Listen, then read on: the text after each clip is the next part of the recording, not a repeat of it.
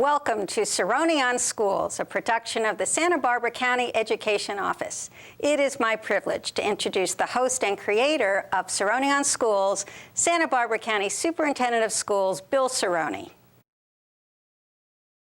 I'm Bill Cirone, Santa Barbara County Superintendent of Schools, and I'm pleased to introduce my guest today, Kate Carter, the founder and executive director of LifeChronicles. Welcome, Kate. Thank you, Bill. Kate, we want to talk about all the important work you do in terms of helping families heal and come together in a time of crisis. But before we do that, I'd like to trace the path that you took to founding LifeChronicles, because in so many ways it's interrelated. So let's go back to the very beginning. And I understand that you were born and raised, you were born in Texas and raised in Chicago. And then when you were 13, your parents made what you felt was a huge decision that was rather abrupt and unfair. What was that? Well, it's really funny. I was not a diary keeper per se, but I did find this old diary that I had. You know, everybody was giving people diaries when they were 12 and 13 back then. And I found this entry in there. There weren't long entries ever, but there was one entry that said, "They can't make me stay here. I'm not staying." Because I just thought, you know, I did get pulled out. You know, I'd just been elected vice president in my junior high. I was looking forward to school starting in the fall, and boom, we were gone. And so to come here was shocking, but within a year, I was vice president of my new school, and not to mention, I fell in love with California. Who couldn't love the beach and the mountains? Your new school was in San Fernando Valley. Yes, Reseda High School. Yeah, and I also understand that your high school drama teacher was one of your most important early mentors. How did he help you?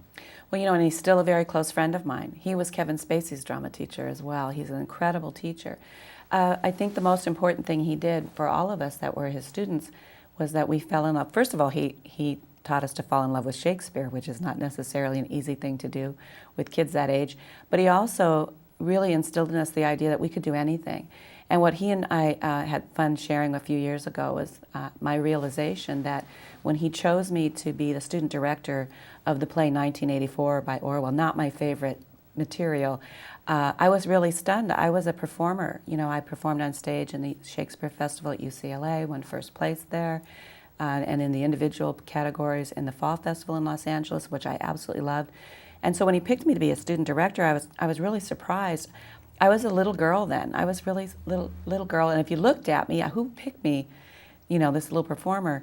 But I fell in love with it, and it was years later that I realized when I did my television internship, and certainly when I started the work with LifeChronicles, that he had created a love of production in me, and I realized where my talents were. You know, my talents were production very much. Not that I couldn't do theater. I often fantasize that someday I'll go into community theater again, but I really fell in love with production. When I was in that control booth and directing the sound and the stage and everything, I was just in heaven.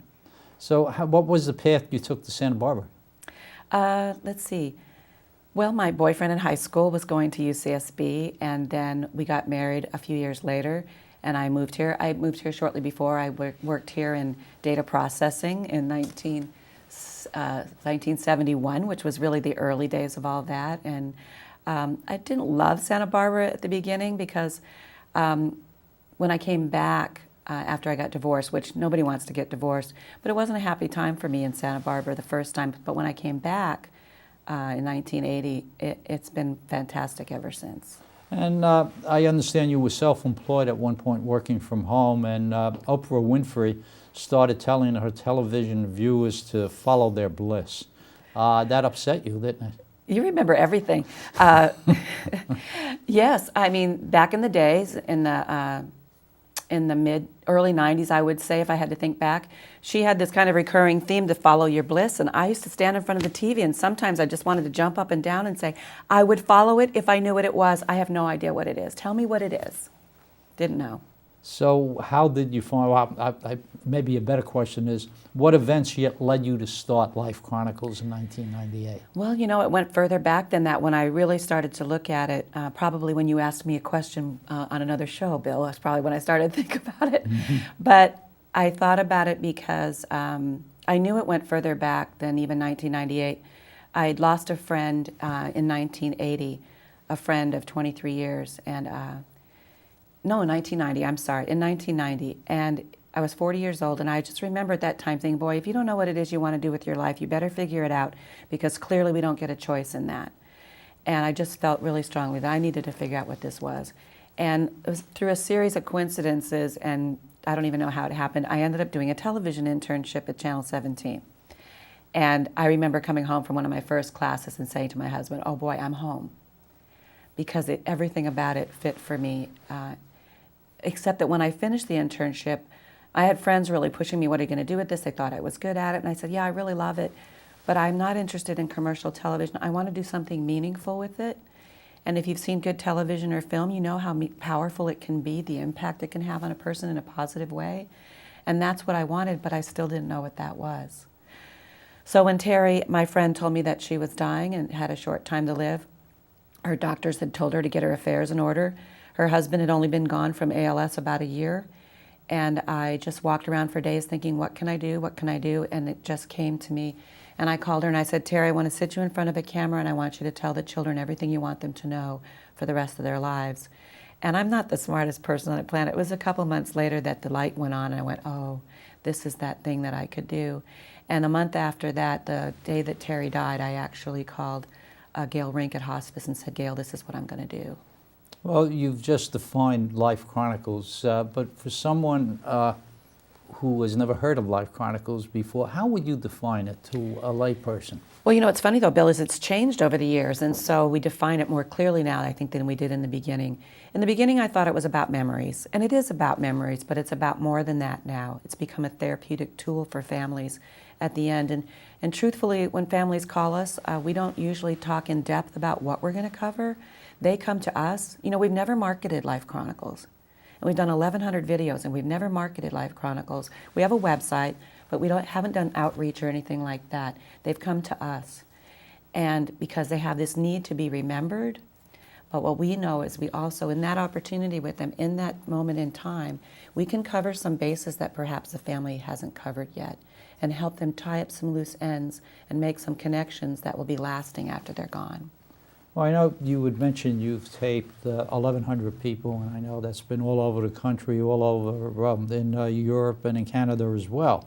But I also know that you have a very small staff, and you use volunteers very effectively. How do you organize the volunteers and staff to do the work they do and have the penetration that you have? Well, it helps to have people who come to us and are just really enthralled with what we're doing. They feel deeply that this is important. They want to participate. They want to be able to help these families at a very difficult time, and that makes a big difference. But we're really lucky. We have a team on the East Coast that digs in when they can. The only time I travel there more now, although I do travel there a lot, is when we have often agencies call, you know, the University of Minnesota or Dana-Farber at Harvard. They will call and they'll have one person that needs to be taped. But within a few days when we get there, they normally got 4 or 5. And that's difficult for my East Coast team to do. You know, they're working young families who can do 1 or 2 tapes in a weekend, but if you string them out, they just can't cover that. So we have teams of people in different places, and but now we've created a new way to cover this because the requests are coming so hard and fast, and we knew this day would come. But now what's happened is these agencies have come to us, Dana-Farber at Harvard, University of Minnesota Bone Marrow Transplant Department, Santa Cruz Hospice, and Central Iowa Hospice all came to us a few months ago within weeks of each other and said, we want to be able to offer this to our patients on a regular basis, and we know you can't be here all the time. We want to have training. And we had already talked about creating a certification program to teach not just the equipment, because truthfully the equipment's the easy part these days. You can do a lot with good equipment that doesn't require a whole lot of experience, and it's much simpler than it used to be to have something good.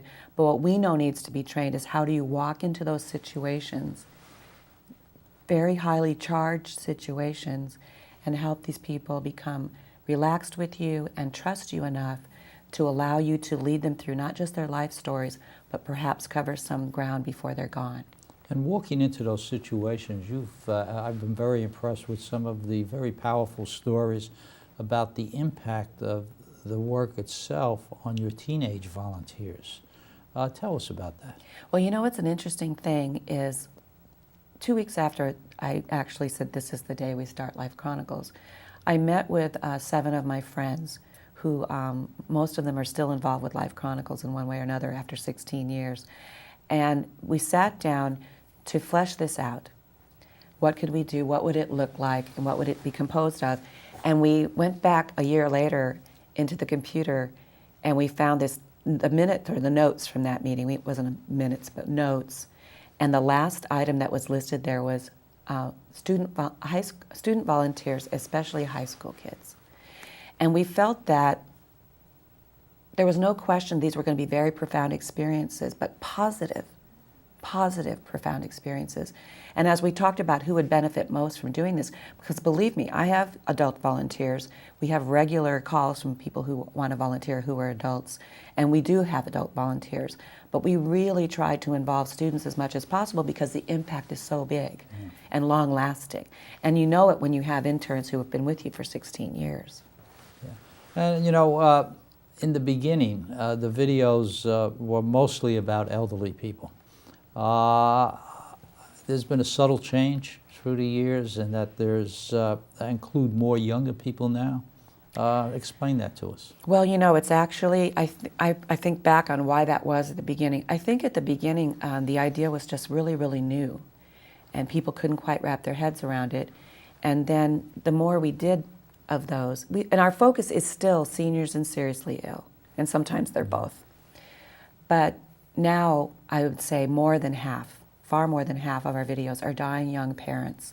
And a lot of that is these agencies who've realized not only will this have therapeutic impact for their patient, give them peace of mind before they go, but it'll have a huge therapeutic impact on their children.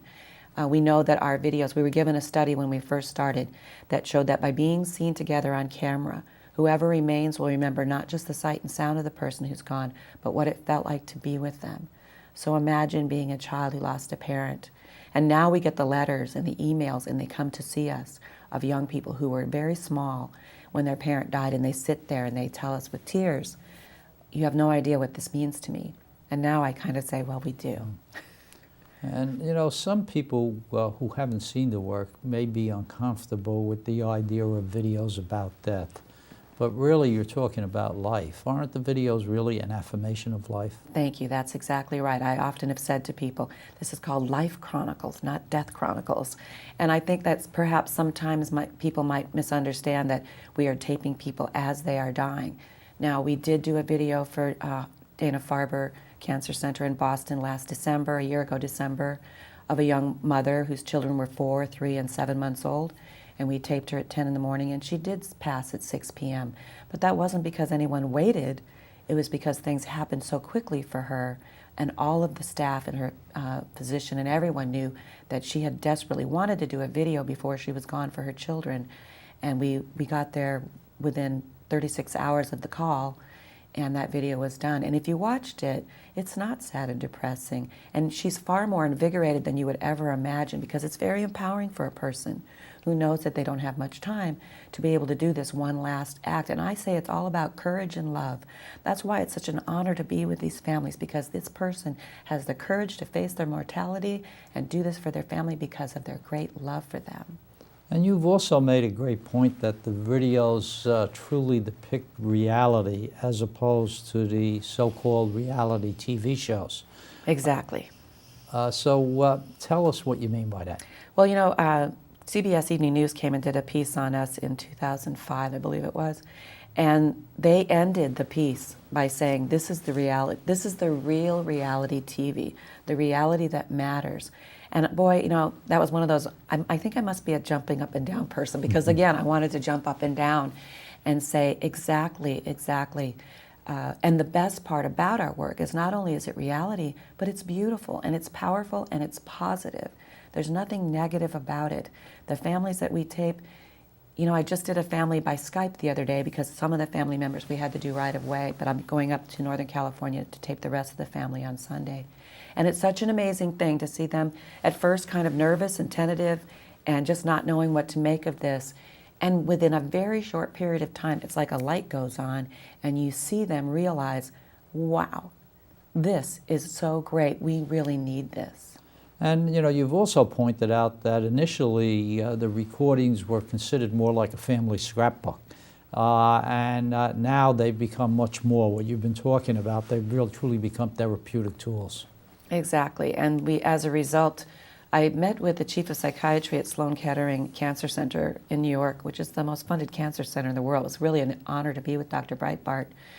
And after 2 hours, we were told we had an hour with him, but after 2 hours, we had to call the meeting. We had a taping to go to. But he was still interested in speaking to us. But the biggest recommendation he had was that we have a study done to quantify the therapeutic value of what we do. We've known for years that it has therapeutic value. The families have told us repeatedly. But we're really thrilled that Dr. Julie Taguchi, who's a local oncologist here in Santa Barbara, a very admired oncologist here in Santa Barbara, is spearheading that study to quantify the therapeutic value of what we do. Another big change, I guess we could call it part of the maturing of Life Chronicles, has to do with the referrals you receive. It used to be word of mouth, mostly by locals. That's not the case anymore, is it? No, and we were a little hesitant at first about any media. We were on the front page of the Chicago Tribune after the first year, but that brought us a Chicago team that we've had forever, which was pretty great. And we've been on other media, and that's the times that we've had when we started getting calls from out of the area, really, except that word of mouth. But we still have a lot of people who search for us on the internet.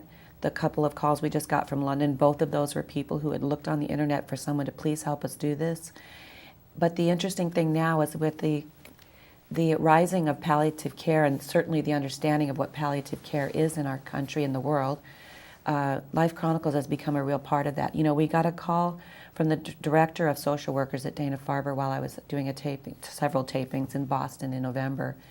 And she said, we want to talk to you about training for our people.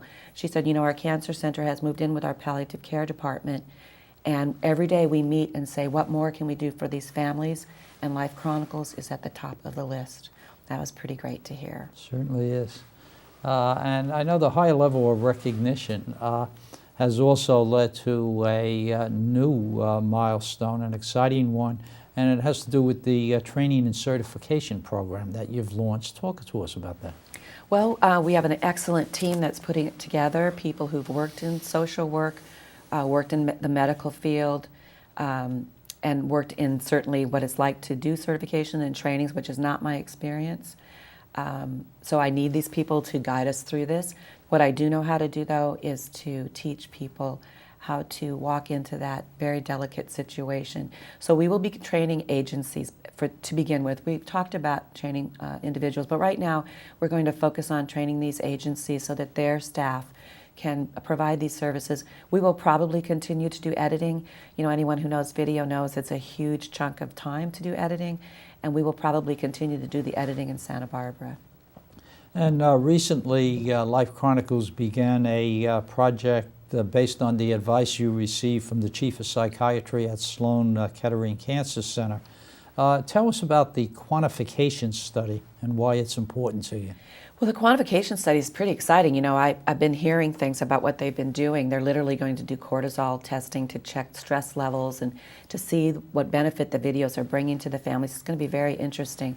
But it's going to be important to us, probably mostly for funding, so that these funders of foundations and so forth can fully appreciate that there's actually a therapeutic value to what we do, not just memories. And there's not a lot of understanding out there, and so to have a study that will really lay that out clearly will be really important to us. And a related goal, which you've had for some time, is to develop a website called LifeSpace. Talk about that goal and why it's so important to you and why you feel passionately that you need to reach it. Well, it goes kind of back to that reality TV thing that you were talking about earlier. When you do this kind of work and it's profound and you're using technology for something that's meaningful, you watch a lot of what the broadcasting is these days, and you certainly see the effect on young people, and you worry about the effect on little ones of the messages that are really poor messages. Of the value systems are not in place. They're not good for us. To have material that's the polar opposite of that, and all of a sudden we realized one day, really after taping Father Virgil Cordano, who just the idea of being with this man who was so rich with experience and wisdom and such a profound person, it dawned on us, we were sitting on an archive, a huge archive, a treasure trove of video that could be beneficial to teachers who have a difficult time incorporating values education. And you know, Bill, I've always said I'm not talking controversial values. I'm not talking political or religious values per se. If someone talks about their religion, that's one thing. I'm talking about basic human values. And we need that. We need young people to have a rich exposure to that. And there aren't many better ways to expose that through story. And we have that in spades. Well, the schools look forward to the day when that website becomes a reality. Also, you know, viewers might be surprised to hear that you create these precious family videos for anyone, regardless of whether they could afford to pay or not. I'm sure that that strains your budget. How does Life Chronicles support itself? Well, it's very difficult, and no one makes very much money. We have a very tiny staff. I literally, you know, gave up my career and went into something that is not lucrative, but it's so vastly rewarding on a daily basis. We look to people for donations when they can. It was very important to us from day one that no one was turned away for this.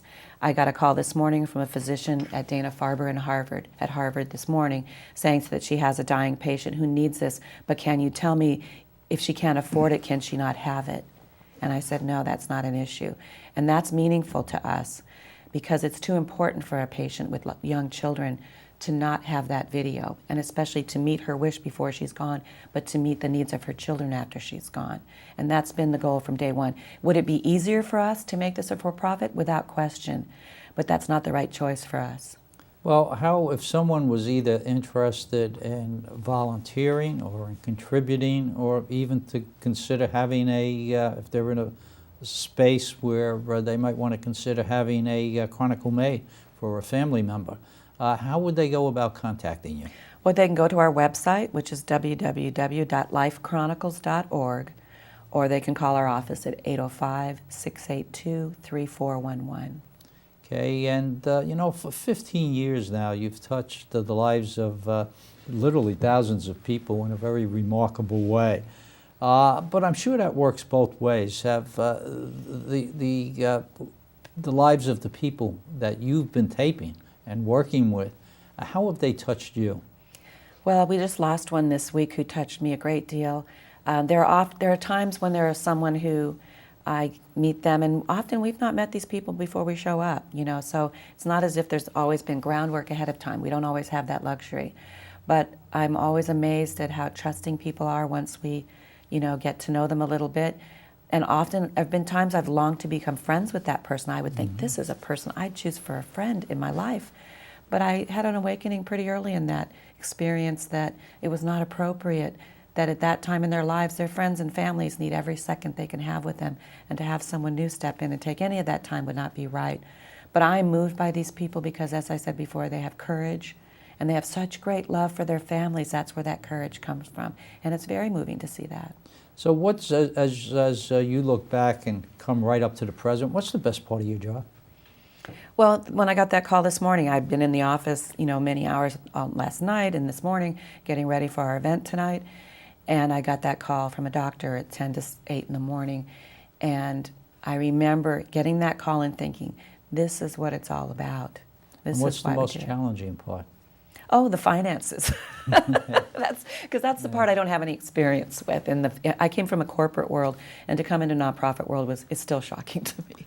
Well, you're a true leader in the field and in the community. And I want to talk just for a second about leadership. They say some leaders are born and others are made. For you, has leadership been intuitive, or is it something you've had to work on? It's truthfully nothing I ever thought of. But I've had some mentors in my life over the years. Keith Berry, I was his assistant for 5.5 years when I was 28, which was a pivotal experience for me. This man I very much admire and who's very close and one of our biggest supporters of Life Chronicles, instilled in me a sense of that I was capable of doing whatever I needed to do, that I was intelligent, that I was trustworthy, and I took that and ran with it. It really had a big impact on me.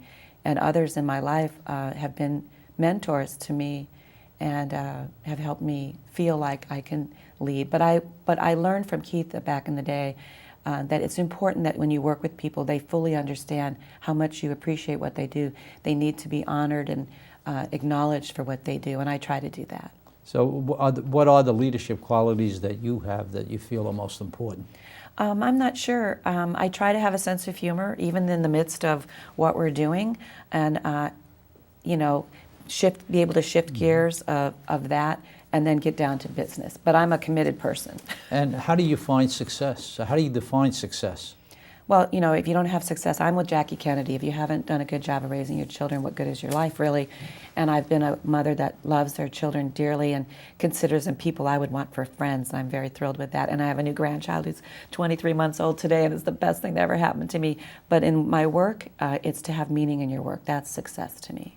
And as we wind down, if you could send a brief message to young people today, what would it be? That don't think of life as a timeline. Don't let people make you think that if you hadn't made certain decisions by certain times in your life. That certainly was not my experience. My experience was when the time was right and I knew what it was, I was able to follow my dream. And don't put yourself into a box. And how about a message to their parents? To their parents? I think you need to respect who your children are as people and honor who they are. I think that's important, most important thing of being a parent. And a message to the community? I want to say thank you to the community. We could not have done 1,100 videos for families if we hadn't had many wonderful volunteers and supporters who've helped us make this happen. And finally, if you could send a message to elected officials. Elected officials. The local officials, you know, I like our local officials, and I think they get a lot done. The major ones, I think we need to have less money in politics and more cooperation. And finally, you drive hard, you work hard, you put a lot of energy into everything you do. What do you do to relax? How do you find balance? Well, I don't have a lot of balance. I try to have balance, but when I do, I have time with friends and family. One of the things I learned in my work is I don't use the B word. I don't use the word busy with my friends and my family. That's how I do it. Well said, well done. Kate, I wish we had more time, but we don't. Thank you so much, not just for being my guest, but for the passion that you bring to the work, for the caring, for the vision and the creativity in creating Life Chronicles, and the tenaciousness to keep it going and enhance it and have it grow, because it touches so many lives in so many different ways, and truly makes a very real difference. So thank you for your leadership and all that you do. Thank you, Bill. I'm Bill Cirone, thanking you for joining us and signing off for this edition of Cirone on Schools.